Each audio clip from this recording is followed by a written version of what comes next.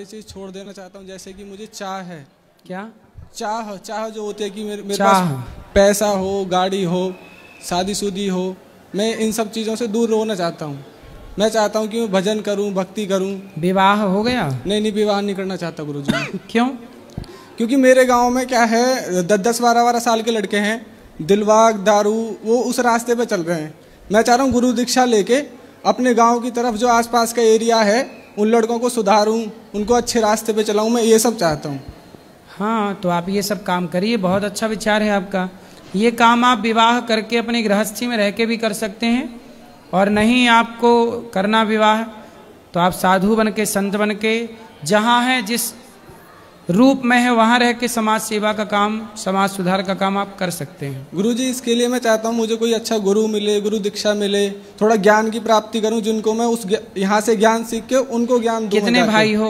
4 भाई हैं, 3 की शादी होगी, सबसे छोटा मैं हूँ। अभी मैं क्वालिटी इंजीनियर हूँ। इन सब चीज को छोड़ के मैं एक साधु संत वाले राह पे चलना चाहता हूँ। इंजीनियर हो आप? जी, क्वालिटी इंजीनियर। तो आप नौकरी करते हो, जॉब करते हो? जी, मैं जॉब करता हूँ। कितना कमाते हो? अभी मेरे 52,000 पर मंथ है। तो ऐसा है ना कि आप पैसे कमाते रहिए, काम करिए। ज्ञान तो आप इस सेक्टर में रह के भी पा सकते हो, और अपने समाज के जो बच्चे हैं छोटे छोटे, उन बच्चों को आप ना समझाओ बैठा के कि भाई बेटा ये सब मत करो। और आप ऐसा करो कि जितने बच्चे आपके गांव क्षेत्र के ना बिगड़े हुए हैं जी, आप अपने क्षेत्र में कुछ ऐसा व्यापार क्रिएट करो, बिजनेस क्रिएट करो कि आप उन सबको नौकरी दे पाओ। गुरुजी, मैंने यदि आप नौकरी दे दोगे उनको तो अपने आप वो सही रास्ते पे चलेंगे। उनको मोटिवेट करते रहना समय समय पे। मैंने गुरुजी सोचा था, मैंने अपने भाई को बोला कि एक काम खोल लेते हैं। उन्होंने काम भी खोला, मिलक के कलाकंद का जो काम होता है। गांव में क्या होता है, पड़ोसी चिढ़ते हैं एक दूसरे से कि ये आगे क्यों बढ़ रहा है। मेरे गांव में अभी भी ये, हम चारों भाई हैं, चारों भाई कमाते हैं, तो पड़ोसियों की जलन रहती है। आए दिन कभी FIR कर देते हैं हम, 2-2, 3-3 महीने बाद गाँव में जाते हैं। मैं चाहता हूँ उनकी वो बुद्धि चेंज हो जाए कि वो हमारे प्रति इतना गंदा ना सोचें। मैं सोचता हूँ कि वो हमारे जैसे बने।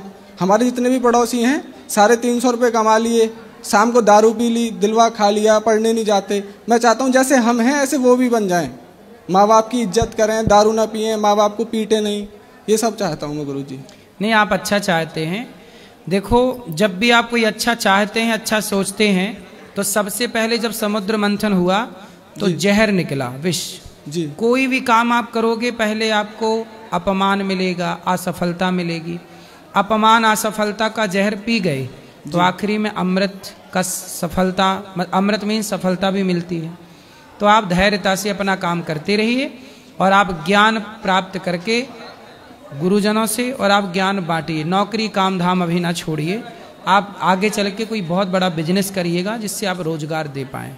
तो गुरुजी, चाह तो मेरी ये बढ़ती रहती है ना। इसमें भजन में अभी मैं रहता हूँ। अभी मैं पिछले 6 महीने से वृंदावन में आया हूँ। पहले गुजरात था, फिर पंजाब था। 6 महीने से ही मैं राधा राधा नाम जाप और ये सब करने लगा हूँ, पूजा पाठ। 6 महीने पहले से मैं कुछ नहीं करता था। ठीक है, तो आप सत्संग करिए। अभी टाइम लगेगा, सत्संग करते करते सब ज्ञान होगा जी। नित्य कथाएं सुनिए, सत्संग करिए, गुरुजनों की शरण में रहिए, सब धीरे धीरे बोध हो जाएगा। ये मैंने जानी। राधे राधे गुरुजी। जी, मेरा क्वेश्चन है सर, जैसे हम काम करें कार्यस्थल पर अपने, तो ऊपर से जैसे काम के लिए कोई प्रेशर आता है, टारगेट दिए जाते हैं, ऐसे आगे अपने जूनियरों को हमें डील करना पड़ता है सर। लेकिन कई बार प्रेशर में क्या होता है, कुछ जूनियर्स काम नहीं करते, या किसी कारणवश या किसी भी वजह से उन्हें कई बार जॉब से लेफ्ट हो जाए या जॉब छूट जाए, तो अंदर से एक वो आता है कि मेरी वजह से किसी की जॉब जा रही है। हम किसी को दे नहीं सकते सर, तो किसी की जॉब हम ले नहीं सकते। ये ऊपर वाला हमें अलाउ नहीं करता सर। इसके बारे में था सर कि ये किसको की नेगेटिविटी कैसे वो। तो आप लोग कैसे टारगेट देते हो कि इतने दिन में ये सामान बेचना है? हाँ, जैसे एक काम अपना कंस्ट्रक्शन का ही काम है, हम सिविल इंजीनियर हैं सर। जैसे वहाँ पे अपना टारगेट बनाया कि इस महीने में हमें इतना काम करना है, तो कोई उस पर जैसे काम दिया कि वो। कहाँ से हो आप? हरियाणा से हूँ सर मैं। सिविल इंजीनियर हो? हाँ सर। घर वर बनवाने का काम है? हाँ सर। तो आपके नीचे कितने लोग काम करते हैं? कम से कम सर 50 स्टाफ है सर, और उसके बाद लेबर अपने 250 लेबर है सर। अच्छा, कितना कमा लेते हो महीने का? 2 लाख रुपए है सर सैलरी है। आपकी सैलरी 2 लाख है? हाँ सर। महीने की? हाँ सर, महीने। काम की है सर, मेहनत से ही ईमानदारी से करते हैं, इस लेवल पे आए हैं सर। हम भी बड़े वो जीरो से नहीं माइनस से उठे हैं सर अभी, और जो हमसे अच्छा काम हो पाता है वो भी करते हैं सर। जैसे पिछले प्रोजेक्ट पे कभी खाली भी रहते हो कि काम करते रहते हो? काम करते हैं सर, 14 घंटे 12 घंटे अपना टाइम देते हैं सर साइड पे। तो एक ही जगह काम करते हो कि आ जाते हो, आते जाते देखते रहते हो सब काम सब जगह? नहीं, अभी तो जैसे एक ही प्रोजेक्ट पे ड्यूटी रहती है सर, कि 2 साल जैसे यहाँ काम चलेगा। कहाँ? वृंदावन में सर काम यहाँ भी चल रहा है? हाँ, यहाँ पे अभी नौकरी कर रहे हैं सर। आप वृंदावन ही रहते हो? हाँ सर, यही काम चल रहा है? हाँ, 4 महीनों से यहीं रह रहे हैं सर। अरे तो फिर हमारा भी काम आप करो। जरूर सर, जरूर सेवा का मौका दें। बिल्कुल सर, बिल्कुल, ये तो सौभाग्य होगा सर मेरा अगर आप कहीं मौका दोगे सर मुझे। ठीक है, अपना नंबर दे देना पाठक जी को। ठीक है सर। तो कैसे सर बताते तो सर क्या कि इसका अच्छा आपके प्रश्न का उत्तर दे दूं कि देखो आपका काम है, आपका धर्म है। जो व्यक्ति अनुशासनहीन है, जो आपके दिए काम को नहीं कर रहा है, उसे निकालना ही पड़ेगा। क्योंकि यदि नहीं निकालोगे तो फिर आज उसने लापरवाही की और आपने नहीं सजा दी, कल फिर लापरवाही करेगा। इसलिए काम में ना समझौता नहीं होता। जो व्यक्ति क्वालिटी में काम में समझौता करता है वो पीछे चला जाता है। यदि आपने समझौता शुरू कर दिया तो आप माइनस हो जाओगे। आप प्लस इसलिए रहोगे क्योंकि आप गलत ना करते हो, ना गलत को बर्दाश्त करो। यदि ये व्यक्ति को हमने ये काम दिया है और ये व्यक्ति ने इस काम को नहीं किया तो इसको निकाल देना ही धर्म है। क्योंकि देखो, एक व्यक्ति काम चोरी करता है ना, एक बार माफ कर दो, चलो एक बार क्षमा करो, चल भाई एक मौका और देंगे। यदि दूसरी बार भी वो वही गलती करे तो निकाल देना धर्म है जी। एक मौका आप दे सकते हैं कि भाई एक मौका हम और दे रहे हैं, हम अभी निकाल सकते हैं तुम्हें, लेकिन एक मौका और, एक मौका दे सकते हैं। एक मौके 2 मौके आप देके देख सकते हैं। फिर भी गलती करे तो निकालना ही पड़ेगा काम से। जैसे गुरुजी कंस्ट्रक्शन लाइन एक ऐसी लाइन है, हाँ, जैसे कंस्ट्रक्शन लाइन एक ऐसी लाइन है, हमारे जो सीनियर थे वो कहते थे, काफ़ी अच्छे थे, हरदेव सिंह, कि एक डॉक्टर गलती करता है या उससे कोई गलती होती है तो एक आदमी की जान जा सकती है जिसका वो करे। लेकिन अगर कोई सिविल इंजीनियर गलती करता है तो एक बिल्डिंग में गलती होगी तो लाखों लोगों की जान जा सकती है। बिल्कुल बिल्कुल। उस चीज़ को देखते हुए सर ये चीज़ें, लेकिन बोझ होता है सर कई बार इन बातों का, ऐसा लगता है कि ऐसा क्यों हो रहा है। नहीं, सही है, बिल्डिंग बनाना है, परिवार एक एक सूत का ध्यान रखना पड़ता है। एक एक सूत भी यदि माइनस प्लस हो गया तो काम बिगड़ जाता है जी सर। लेकिन ठीक है, आप अपनी जगह सही हैं, पर आप एक वार्निंग दे सकते हैं, एक मौका दे सकते हैं, और यदि काम बिगड़ा है तो उसे सुधारिए। बिगड़न इसलिए आप सबके काम को देखिए कि किसी यदि सेंटिंग लगी है, इसने दीवार खड़ी की, सबको गुनिया से नाप लिया करो। आप देखते रहो, अपनी नज़र पे रखो जी सर, और उसको बताओ कि देखो तुम्हारी ये गलती है, तुमने ये गलती की है, अब गलती ना करना। यदि वो सुधर गए तो सही है, नहीं सुधरा तो बाहर। जी गुरुदेव जी, धन्यवाद गुरु जी। बाबू महाराज जी प्रणाम जी। मैं शशांक शेखर मिश्रा उरई जालौन का रहने वाला हूँ। महाराज जी, आप जैसे संत जन के आशीर्वाद से इस समय मैं सैनिक स्कूल मैनपुरी में पदस्थ हूँ, वहाँ पे अध्यापक पद पर मैं कार्य कर रहा हूँ। मैं निश्चित रूप से आज आपके चरणों में इसलिए उपस्थित हुआ हूँ कि मैं आपको साधुवाद देना चाहता हूँ। महाराज, आपके विशेष आशीर्वाद से इस स्थान तक पहुँच पाया हूँ। हमारे विद्यालय में बच्चों को आर्मी ऑफिसर बनाने की ट्रेनिंग दी जाती है, और जो देश के लिए चहुमुखी विकास कर सकें, देश की सीमाओं पर सुरक्षा कर सकें।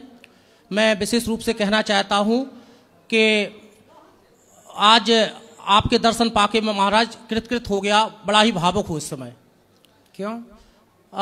महाराज जी, कई बार आपको फेसबुक यूट्यूब के माध्यम से देखने का मुझे अवसर प्राप्त हुआ, लेकिन प्रत्यक्ष रूप से आज आपके दर्शन कर रहा हूँ तो एक मन में बड़ी तसल्ली और बड़ी भगवान की दया का स्मरण हो रहा है कि बिना उनके दया स्वभाव के कारण ये पॉसिबल नहीं था मेरी जिंदगी में। आपने यहाँ चल रही सेवाओं का दर्शन किया? महाराज जी, अभी बस तुरंत ही आए हैं और ये सौभाग्य था कि आपके दर्शन हो गए। आपके दर्शन प्राप्त करने के बाद हम यहाँ चल रही सेवाओं का भी दर्शन करेंगे। वृद्ध माओं का, यहाँ की रसोई का दर्शन कीजिए। स्वाभाविक महाराज। कोई सवाल? बिल्कुल महाराज जी, मैं जानना चाहता हूँ कि अपने जो हमारे नौनिहाल हैं बच्चे, हमारे जो सैनिक स्कूल में विद्यार्थी अध्ययनरत हैं, आपके अगर आज्ञा हो तो कभी उनको यहाँ पे भ्रमण करने का मौका मिल जाए। हाँ, ले आइए, आते रहते हैं बच्चे, और आपका मार्गदर्शन प्राप्त करने का उनको अवसर मिले। जरूर, ले आइए। मैं एक सवाल प्रश्न इसलिए आया था कि आपके माध्यम से सुविधा हो जाए। बिल्कुल, आप आइएगा। बिल्कुल महाराज, प्रणाम महाराज। खुश रहिए। राधे राधे गुरुजी। जी। गुरुजी आप कैसे हो? कृपा है अच्छी। गुरुजी मुझे एक बात बतानी है। मैं ना पिछले 1 महीने से बहुत बीमार चल रही हूँ, इसी वजह से मैं आ नहीं पा रही थी। तो हमारे दिल्ली में एक सरकारी हॉस्पिटल है सफदरजंग, वहाँ गुरुजी मेरा इतना गलत इलाज किया गया है, गलत गलत दवाइयाँ दी गई है मुझे, मतलब मैं वहाँ ठीक ही नहीं हो पा रही थी। और फिर हमारे एक फैमिली डॉक्टर है अनिल डॉक्टर, उन्होंने वो आपको बहुत मानते हैं और वो बहुत अच्छे डॉक्टर है, धर्म से भी जुड़े हुए हैं। तो गुरुजी मैं यही कहना चाहती हूँ कि ऐसे क्यों करते हैं, वो डॉक्टर बन जाते हैं और फिर इन पेशेंट को और बीमार करते हैं। कुछ डॉक्टर कुछ हॉस्पिटल ऐसे हो सकते हैं जो अपने निजी स्वार्थ के लिए मरीजों के साथ खिलवाड़ करते रहते हैं। जी गुरुजी। वो निजी स्वार्थ, यदि स्वार्थ ना होता तो डॉक्टर को पता होता है, यदि वो अच्छा डॉक्टर है तो उसे पता होगा कि इसे बीमारी क्या है और ये चेकअप करके जान लेगा बीमारी क्या और ठीक कैसे होगी, वो समझता है। लेकिन कई बार डॉक्टर कि भाई जल्दी ठीक हो जाएगा तो पैसे देने बंद कर देगा, इसलिए से लंबे टाइम तक कुछ डॉक्टर तो जानबूझ के बीमार रखते हैं। जी गुरुजी। ऐसा भी एक षड्यंत्र है, सारे नहीं है डॉक्टर ऐसे। जी गुरुजी। लेकिन कुछ ऐसे हैं। जी गुरुजी, मेरे हाथ में भी जो स्लाइन चढ़ता इतना गलत लगाया था, बहुत गलत इंजेक्शन लगा दिया था। वो तो बस उन सर के वजह से आज मैं यहाँ खड़ी हूँ। तो गुरुजी वो आपको बहुत मानते हैं, बहुत आपकी कथा वगैरह सब सुनते हैं, वो बहुत अच्छे हैं। और गुरुजी ये मीडिया उनके पास क्यों नहीं जाती जो गलत करते हैं, आपके पास आती है। आपने सिर्फ एक ही तो शब्द कहा था, लिव इन कोई गलत चीज़ थोड़ी ना है। मैं भी एक युवा हूँ, मैं भी इस चीज को गलत मानती हूँ। तो ये मीडिया तो लिव इन को आप सही मानते हैं कि गलत? बिल्कुल गलत मानती हूँ गुरुजी मैं, ये बहुत गलत है। सही है, मीडिया को अच्छी लगती होगी ना ये सब चीजें। जी गुरुजी, वो खुद तो ऐसे घूमते और आप पे आके आरोप लगाते। यहाँ की सेवाएं इतनी अच्छी है, मैं कहती हूँ कि पूरे भारत में ऐसी सेवा